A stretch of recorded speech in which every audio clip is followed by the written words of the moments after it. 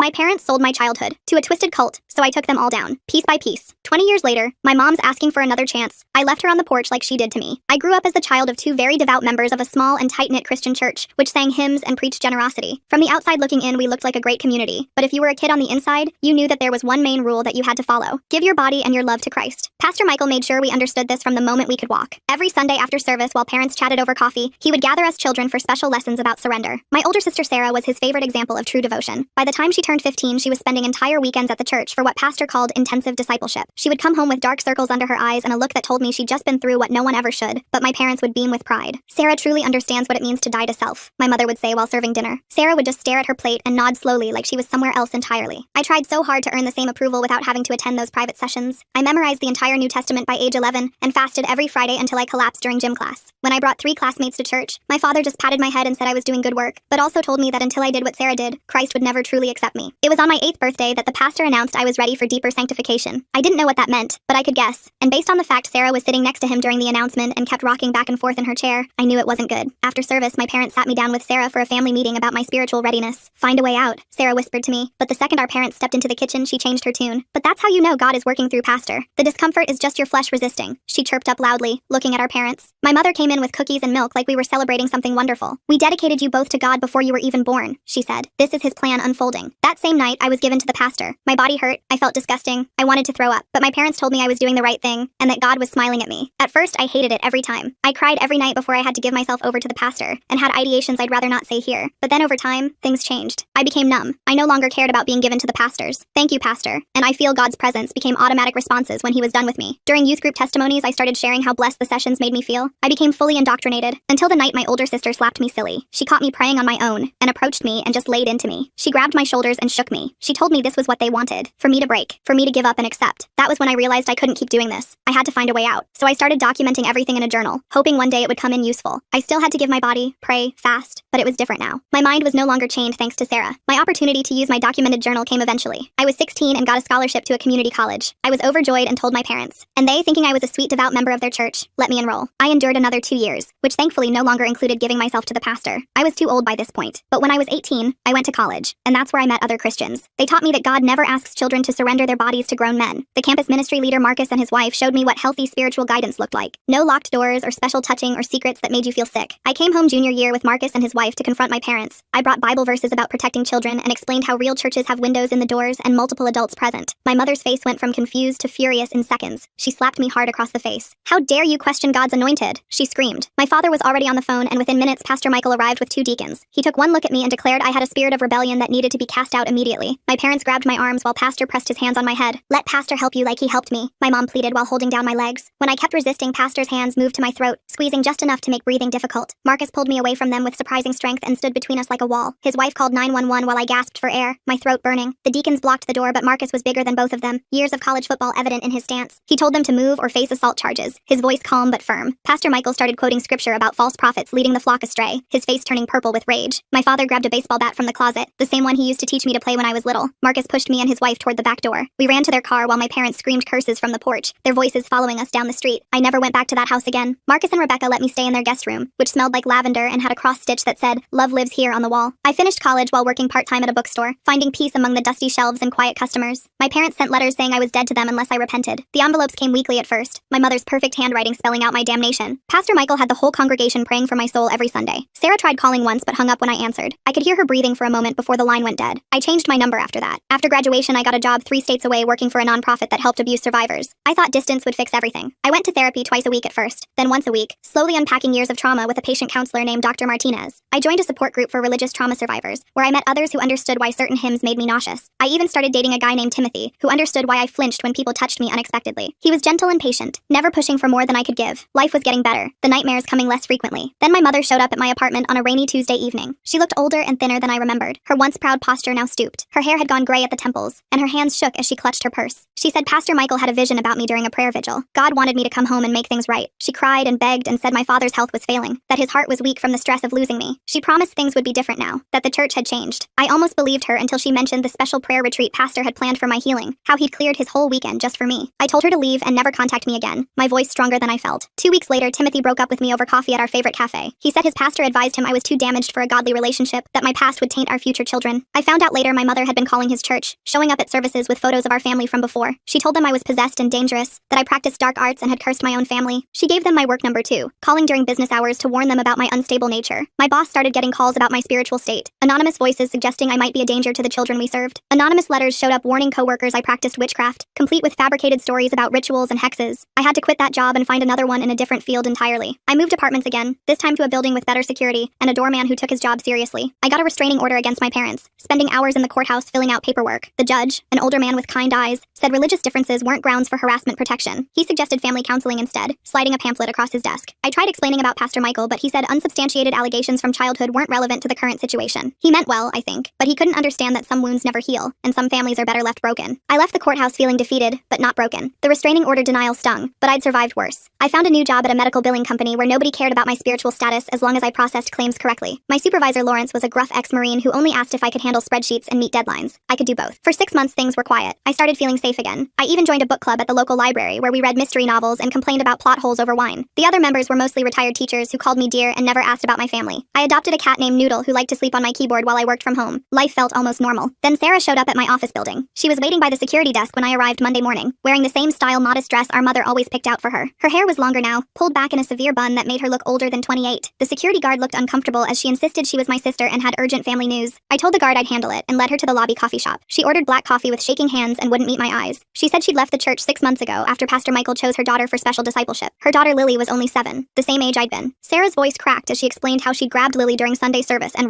just ran out the doors while Pastor was mid-sermon about submission. She was living in her car now. Our parents had disowned her like they'd disowned me. The church community shunned her completely. She'd driven 14 hours straight to find me, following an old social media trail I'd thought I'd deleted. She needed help, needed money, needed somewhere safe for Lily. I looked at my sister who'd once held me down for Pastor and saw myself reflected in her desperate eyes. I gave her cash from the ATM and directions to a women's shelter I knew from my nonprofit days. I wanted to help more, but I couldn't trust her yet. Too many years had passed. Too much had happened. She understood and said she'd earn my trust however long it took. She left with Lily's hand clutched tight in hers, and I went to work pretending my world hadn't just tilted off its axis again. That night I called Dr. Martinez for an emergency session. She helped me process the complicated emotions of Sarah's return. Part of me wanted to help my sister. Part of me remembered her betrayal. Dr. Martinez reminded me that Sarah had been a victim too, probably longer than I had. We were both just children trying to survive in an impossible situation. I started meeting Sarah once a week at a McDonald's halfway between our locations. Lily would play in the playground while we talked. Sarah told me things about the church I'd never known, how Pastor Michael had a whole system for grooming families, how he'd target single mothers or families with financial problems, how the intensive discipleship program had expanded to include weekend camps at his property upstate. She showed me printouts from a private Facebook group where former members were starting to speak out. There were dozens of us, kids who'd grown up and gotten away. Some were lawyers now, some were teachers, some were still in therapy 20 years later, but we were all talking, comparing notes, realizing the patterns. A woman named Patricia had started compiling a timeline of Pastor Michael's appointments, tracking which children had been in the program when. I shared my old journal with Sarah. She cried reading it, apologizing over and over for not protecting me better. I told her we were both just kids doing what we needed to survive. Forgiveness would take time, but I could start with understanding. We began planning together, pooling our documentation with the Facebook group's resources. Then our mother found Sarah's shelter. She showed up with Pastor Michael and 3 deacons, demanding to pray over Lily. The shelter staff called the police, but by the time they arrived, Pastor had convinced 2 other residents that Sarah was an unfit mother who'd kidnapped Lily from the church's loving care. One of them testified that Sarah seemed unstable, that she'd been talking about demons and persecution. The police said it was a family matter and left. Sarah called me panicking. I drove 3 hours to pick them up, checking my mirrors constantly for anyone following. We went to my apartment where Noodle immediately adopted Lily, curling up in her lap like he'd known her forever. I set them up in my bedroom while I took the couch. That night I installed new locks and a security camera system I couldn't really afford. The next morning I woke to pounding on my door. My father's voice boomed through the wood, quoting scripture about honoring thy father and mother. I grabbed my phone to call 911, but the pounding stopped. I peeked through the peephole to see him walking away, but not before he'd superglued my locks. I had to call a locksmith and miss half a day of work. Lawrence grumbled but didn't fire me. The harassment escalated quickly. My tires were slashed twice in 1 week. Always just 3 tires so insurance wouldn't cover it. Bible verses appeared under my windshield wipers. Someone kept signing me up for prayer chains and Christian mailing lists. My work email filled with devotional spam. Dead flowers showed up at my office with cards about resurrection and redemption. Human resources started asking questions about the disruptions. Sarah tried to enroll Lily in public school, but our mother had already been there. She told the administration that Sarah was mentally ill and had kidnapped Lily from her rightful guardians. She had forged custody papers that looked official enough to cause confusion. It took 2 weeks and a lawyer Sarah couldn't afford to sort it out. During that time, Lily had to stay inside, hidden like a secret. I reached out to Marcus and Rebecca for help. They connected us with an underground network of people who'd escaped similar situations. A woman named Donna ran a safe house 2 states over where we could stay temporarily. But the night before we planned to leave, Pastor Michael filed a missing person report for Lily. He claimed to be her spiritual guardian, appointed by God, and recognized by the church community. The police showed up at my apartment at 2 a.m. They said they had to verify Lily's safety. Sarah showed them her daughter's birth certificate, her driver's license, everything proving she was Lily's mother. But Pastor Michael had provided character references from half the congregation swearing Sarah was delusional and dangerous. The officers said they'd have to investigate further. They took notes about our living situation, asking why 3 people were crammed into a 1-bedroom apartment. We couldn't wait for their investigation. As soon as the police left, we packed everything we could fit in my car. I left Noodle with my neighbor who promised to find him a good home. We drove through the night, taking back roads and paying cash for gas. Sarah held Lily in the back seat, singing soft lullabies to keep her calm. I watched the mirrors constantly, my knuckles white on the steering wheel. Donna's safe house was an old farmhouse surrounded by cornfields. She met us at the door with hot coffee and warm blankets. She'd been through something similar 20 years ago with a different church. She knew how to make people disappear legally, how to get new documentation, how to start over. She said we could stay as long as we needed, but warned us Pastor Michael wouldn't give up easily. She was right. Within a week, flyers with Sarah and Lily's photos started appearing in truck stops along the interstate. Missing, endangered child, they read, with a hotline number that went straight to the church. Our mother gave interviews to local news stations, crying about her stolen granddaughter. She wore her best church dress and held a photo of Lily as a baby, the picture cropped to remove Sarah from the frame. The Facebook group of survivors rallied around us. Patricia the lawyer said the fake missing person campaign was illegal, but proving it would take time we didn't have. A member named Ralph who worked in IT helped us monitor online chatter about our whereabouts. Someone named Catherine sent money for groceries through an encrypted app. We weren't alone anymore, but we were still hunted. Pastor Michael hired a private investigator. We knew because Ralph caught him searching our names on databases that shouldn't have been accessible. The investigator was getting close, had tracked us to the state, but not the exact location yet. Donna said we needed to move again, this time separately. Sarah and Lily would go to a contact in Canada, while I led the investigator on a false trail south. The night before we separated, Sarah and I stayed up talking. She told me about the other kids in the program now, how Pastor had gotten bolder, more systematic, how he'd started a summer camp that parents paid for, not knowing what happened after lights out, how he had a whole team of counselors now, all trained in his methods. The Facebook group had evidence, but no one who still attended would testify. They were too scared or too indoctrinated. I dropped Sarah and Lily at a bus station the next morning. I gave them most of my savings and a burner phone with important numbers programmed in. Lily hugged me tight and whispered that she loved Aunt Amy, which made me cry because I'd never thought I'd be anyone's aunt. Sarah promised to contact me when they were safe. I watched their bus disappear into morning traffic and felt more alone than I had in years. I drove south like planned, using my credit cards to leave a trail. I stopped at motels and used my real name. I wanted them following me, not Sarah. In Georgia, I thought I spotted the investigator, a middle-aged man in a rental car who showed up at 3 different gas stations I used. I led him in circles for 2 days before doubling back north. My phone rang at a rest stop in Virginia. Unknown number. I almost didn't answer, but something made me pick up. It was my mother, her voice strange and hollow. She said my father had a heart attack. He was in the hospital, might not make it. She begged me to come home, said he was asking for me, said he wanted to make things right before he met Jesus. I could hear the beeping of hospital machines in the background. I knew it could be a trap, but I went anyway. Maybe I was stupid, or maybe I just needed to see for myself. The hospital was real. My father was really there, hooked to machines with tubes down his throat. He looked smaller than I remembered, his skin gray against the white sheets. My mother sat by his bed, holding his hand, her wedding ring loose on her thin finger. She didn't look at me when she spoke. She said Pastor Michael had promised healing if I came back, said God would restore our family if I just submitted to his will, said Sarah had poisoned my mind with lies about the church. I asked her directly if she knew what Pastor did to us as children. She said we had been blessed to serve God's anointed. Her voice never wavered. I left without saying goodbye. My father died 2 days later. I found out from the Facebook group, where someone posted his obituary. The funeral was held at the church, Pastor Michael presiding.